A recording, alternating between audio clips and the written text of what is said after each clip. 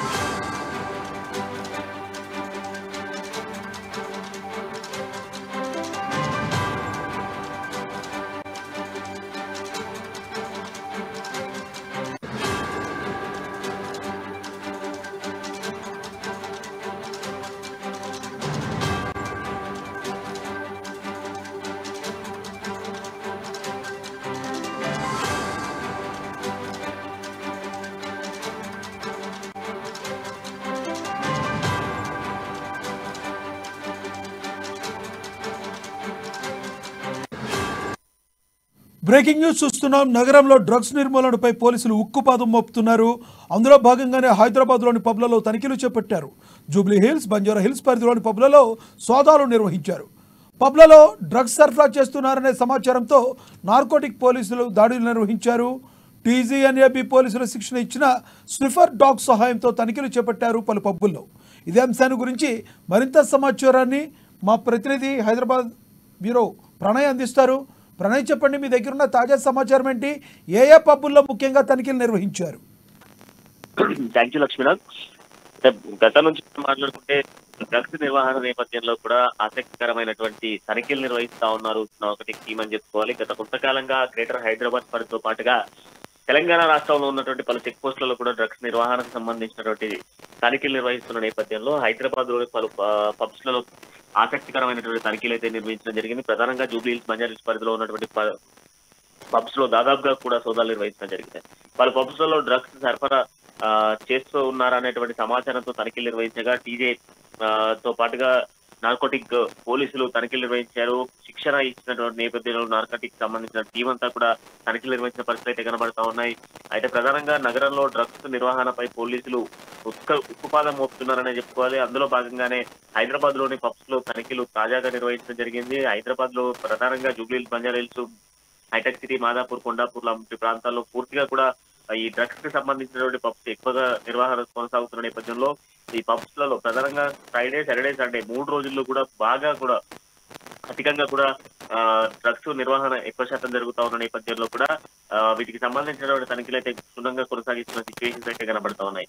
అయితే ఇచ్చినటువంటి సమాచారం మేరకు కూడా పూర్తిగా కూడా డ్రగ్స్ నిర్వహణకు సంబంధించి మొన్ననే రీసెంట్ గా కూడా డీజేకి సంబంధించినటువంటి ఒక డీజే ఆపరేటర్ కి సంబంధించినటువంటి వ్యక్తి కూడా డ్రగ్స్ సరఫరా చేస్తున్నాడు అన్న నేపథ్యంలో కూడా అతన్ని కూడా తనకి అదుపులోకి తీసుకోవడం జరిగింది. కొంత ఆయన ఇచ్చినటువంటి సమాచారంతో పాటుగా మిగతా డ్రగ్స్ సరఫరాకు సంబంధించినటువంటి డ్రగ్స్ డీలర్ గా ఉన్నటువంటి డానీ అరెస్ట్ కూడా మనం గతంలో దాదాపుగా కూడా 1.5 year బ్యాక్ డ్రగ్స్ డీలర్ గా ఉన్నటువంటి డానీని కూడా అదుపులోకి తీసుకోవడం జరిగింది. డ్రగ్స్ డీలర్ డానీతో పాటుగా మరికొందరిని కూడా అదుపులోకి తీసుకున్నటువంటి నేపథ్యంలో కూడా అప్పటి నుంచి ఇప్పటి వరకు దాదాపు 1.5 year నుంచి గత ప్రభుత్వం, ఇప్పటి ప్రభుత్వం కూడా తనిఖీలు అయితే వేగవంతంగా చేస్తా ఉన్నాయి. ప్రధానంగా నార్కోటిక్ టీం కూడా ఉక్కుపాదం మోపుతూ డ్రగ్స్ కు సంబంధించినటువంటి నిర్వహణలపై పూర్తిగా కూడా నిఘా నేత్రం మోపిస్తున్న సిచ్యువేషన్స్ అయితే కనబడతా ఉన్నాయి. ప్రధానంగా ఈ డ్రగ్స్ కు సంబంధించినటువంటి సరఫరాల నేపథ్యంలో కూడా కంప్లీట్ గా కూడా ఎప్పటికప్పుడు కూడా తనిఖీలు నిర్వహిస్తా ఉన్నారు. ప్రధానంగా ఏదైతే గ్రేటర్ పరిధిలో ఉన్నటువంటి ఈ బంజారా హిల్స్, జూబ్లీ హిల్స్ పరిధిలో ఉన్నటువంటి పబ్స్ లలో